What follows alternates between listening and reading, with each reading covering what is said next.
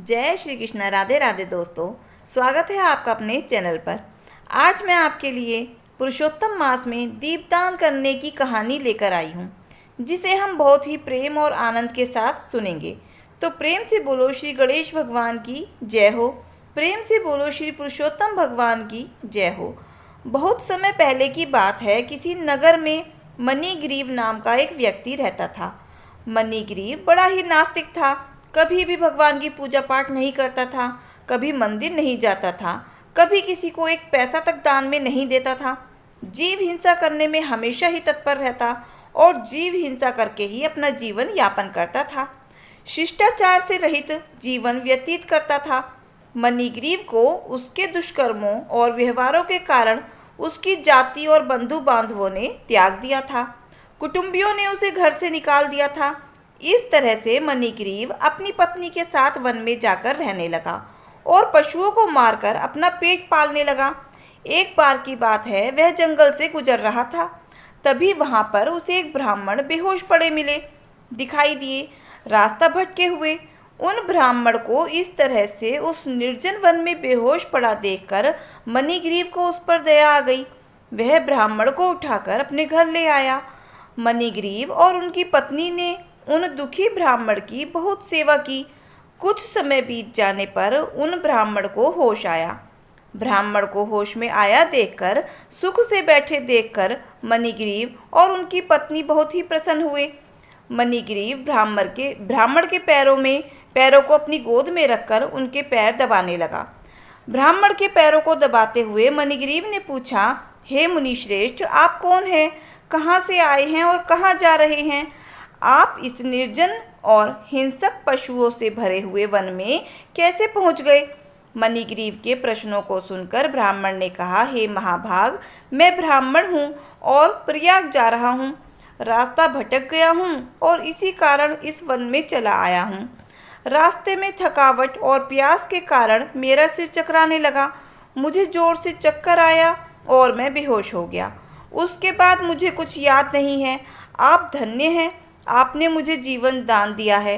हे मणिग्रीव, बोलो, मैं तुम्हें क्या दे सकता हूँ? तुम दोनों पति पत्नी किस कारण से इस घने निर्जन वन में रह रहे हो? तुम्हें किस बात का दुख है? मुझसे कहो, मैं प्रयास करूँगा कि तुम्हारे दुख को दूर कर सकूँ।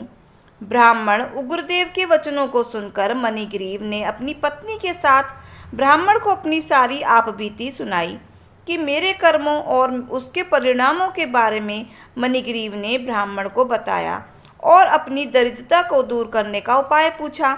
मणिग्रीव की बातें सुनने के बाद ब्राह्मण उग्रदेव बोले, हे महाभाग, आप धन्य हैं, आपने मेरी बहुत सहायता की है। इस समय मैं आपको एक ऐसा कल्याणकारी उपाय बताता हूँ जिससे बिना ज़्यादा परिश्रम किए ही, बिना किसी तीर्थ यात्रा के, बिना किसी दान के, बिना किसी अन्य प्रयास के तुम्हारी सारी दरिद्रता दूर हो जाएगी। ब्राह्मण की बातें सुनकर तो मणिग्रीव और उसकी पत्नी बहुत उत्सुक हो गए। तब ब्राह्मण बोले कि इस मास के बाद पुरुषोत्तम मास आएगा। उस पुरुषोत्तम मास में सावधानी के साथ विधि पूर्वक तुम दोनों पति पत्नी पुरुषोत्तम भगवान को प्रसन्न करने के लिए रोज पुरुषोत्तम मास का स्नान करना, भगवान की पूजा करना और दीपदान करना। दीपदान करने से तुम्हारी सारी दरिद्रता जड़ से नष्ट हो जाएगी। दीपदान करने के लिए तिल के तेल का प्रयोग करना, तिल के तेल से दीपक जलाना, और यदि घी से दीपक जला सकते हो तो शुद्ध देसी घी से दीपक जलाना। परंतु मुझे प्रतीत होता है कि इस निर्जन वन में वास करने के कारण तुम्हारे पास ना तो घी उपलब्ध होगा और ना ही तिल का तेल। अतः तुम एक काम करना, तारों की छाँव में उठना और पुरुषोत्तम मास में स्नान करके पुरुषोत्तम भगवान की पूजा करना और इनगुती के तेल से ही तुम दीपदान कर लेना। भगवान श्री पुरुषोत्तम का ध्यान करना और उनके मंत्रों का जाप करना। इंगुती के तेल से दीपक जला लेना और इस तरह तुम एक मास तक व्रत करना और दीपदान करना। जो कोई एक मास तक पुरुषोत्तम मास में पूरे मास दीपदान करता है, उसे लक्ष्मी जी का आशीर्वाद प्राप्त होता है और लक्ष्मी जी उसके घर में अपना स्थायी निवास करती हैं।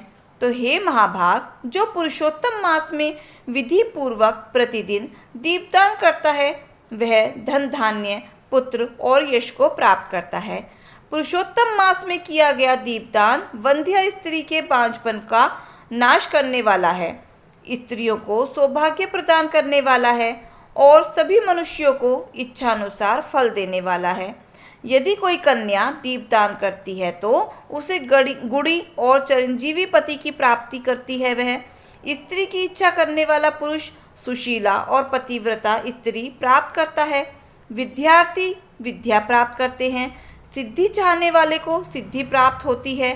धन चाहने वाले को धन और मोक्ष चाहने वाले को मोक्ष की प्राप्ति होती है।